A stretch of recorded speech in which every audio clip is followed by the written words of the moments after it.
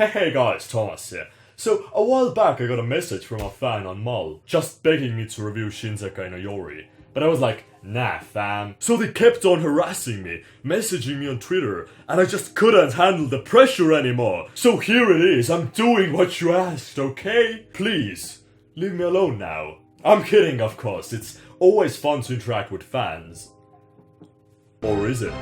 In actuality, this isn't even the first time someone has asked me to review this show. So the question stands, what would make it so special that somebody would follow me through social media to get me to review this? The whole premise of it is pretty difficult to explain because it's not really a standard anime. Not a slice of life about teenagers, not a shonen about superpowers, not a romance. Yet it contains elements from each of those genres.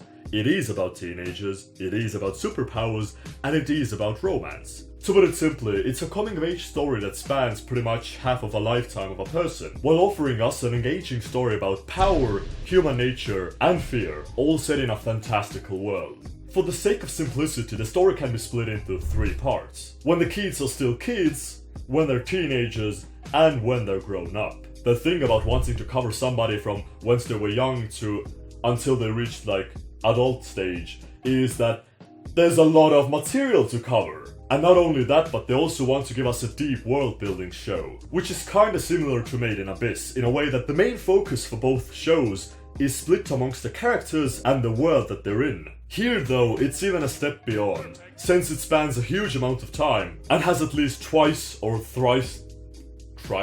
times, triple the amount of characters. So the pacing is a bit everywhere. It wasn't really that big of a problem, but some episodes got very slow and boring, while others just bash your head in with facts. You have these serene episodes where nothing that noticeable happens aside from children being children, and then just these info dump episodes where half of it is spent giving you exposition about the world or characters or other kind of lore. And the thing is, I didn't mind.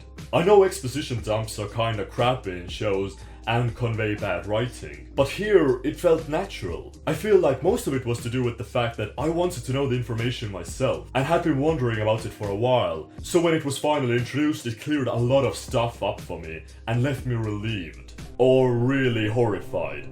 Depends on what they were talking about, because some topics are pretty dark. And if you haven't seen this show yet, then right now I'm really going into the spoiler territory. I'm not going to be spoiling the ending or some major parts, but I will be covering the story overall and what's it about.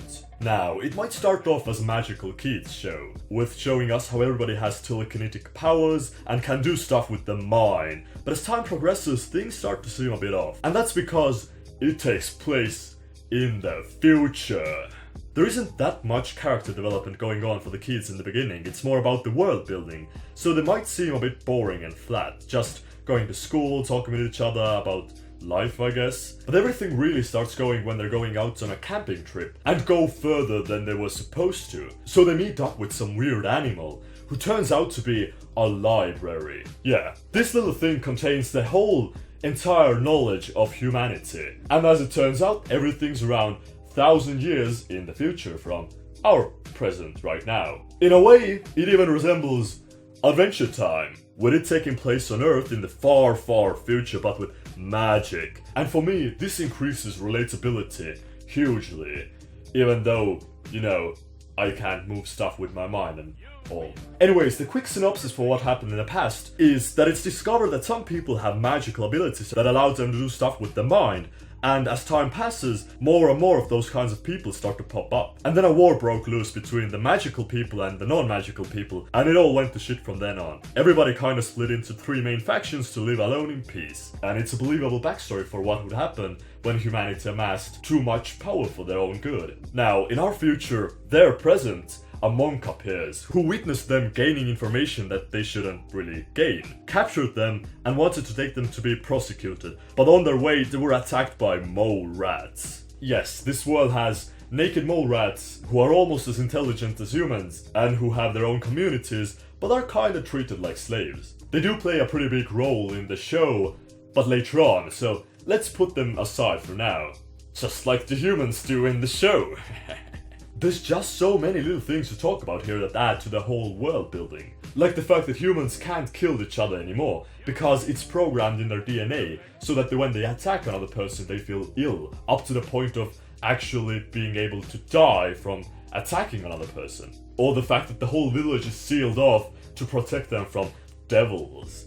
But these are just minor things that add to the whole lore and make it more interesting to watch, but I'm gonna skip over most of them because they don't add that much importance to the story, and it would be way too long to just talk about them one by one. Also, it would be more interesting to just watch it for yourself rather than to watch me list off them one by one. Anyways, kids get captured by the mole rats. It's revealed that they have monkey DNA in them, which makes them very sexually active, and we got a pretty iffy part about two little kids experimenting.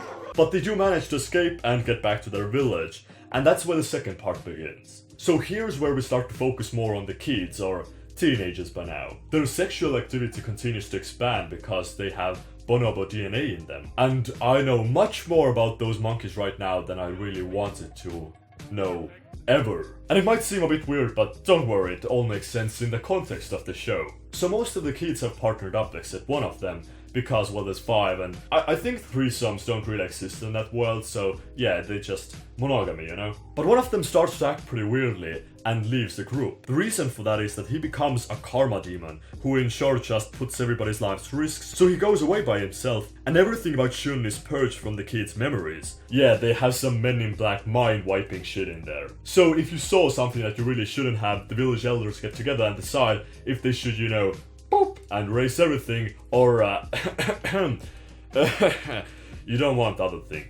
And then another 2 members of the group run off, so only 2 main ones are left. This whole arc is more focused on character relationships and what they mean to each other, and how the village is being a fucking ass by removing their memories. Now, we also get our final time skip. 7 years have passed, I think, and the teenagers are grown up and live their separate lives. So when the first part was more about the world building, and the second part was more about kids and their character development, then the third one mixes both of those together and fills most of the missing questions. Saki and Satoru are the only ones left from the gang, and now it's slowly becoming prevalent that the rats are going to start an uprising against humans, though it's laughable since they are, you know, rats, and humans have the ability to literally throw them around with the mind, so yeah. But in a surprising twist, it does actually happen, and it even turns out that the rats have a human with them. But this comes back to the fact that the humans can't attack other humans, so it's just a massacre, and nobody's able to stop the rats from advancing.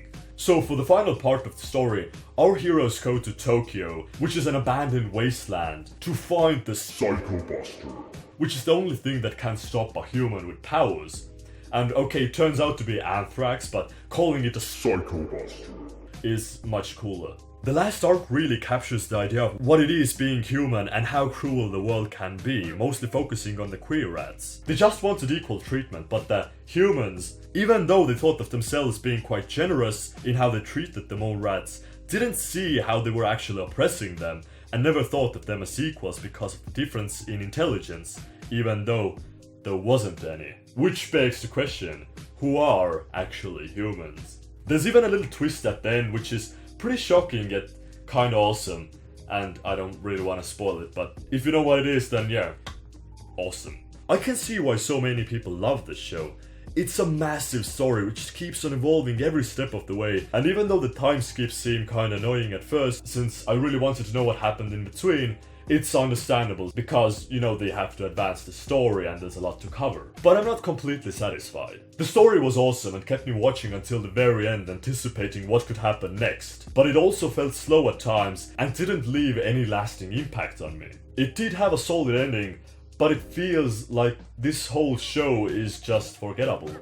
Because it is. After watching 4 or 5 episodes, it turned out that I already had seen this show, like 4 or 5 years ago, and I vaguely remember watching through the whole thing and even enjoying it, but it didn't stick with me at all. I'm not sure why, but the story just doesn't have that much weight for me like Steins Gate or Death Note does. Maybe it's because of the fact that it tries to cover so much in such little time. You have the entire lives of the kids, the world and stuff, while the truly memorable shows just handle one topic really well. And when it comes down to the world building, they do handle a lot of interesting aspects and have a nice portrayal of the future, but it's not something that unique. At the end of the day, it's still just a magical world. And while in Made in Abyss, the main characters in the world were both equal, here it does feel like the world is a bit above the characters because most of them are pretty forgettable. And I have technically already forgot about them. The only reason why I remember some of the names is because I've written them up in my script. So this is why it gets an 8 out of 10.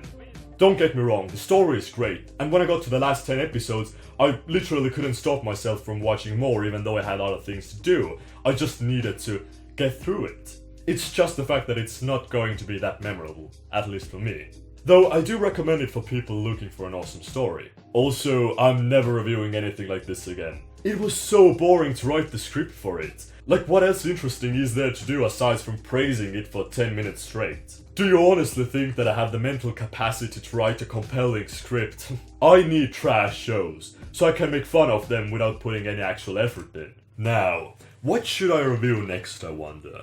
Something, maybe a bit more funner to get me out of this dark and grim world that Shinsekai Yori brought me in. I wonder.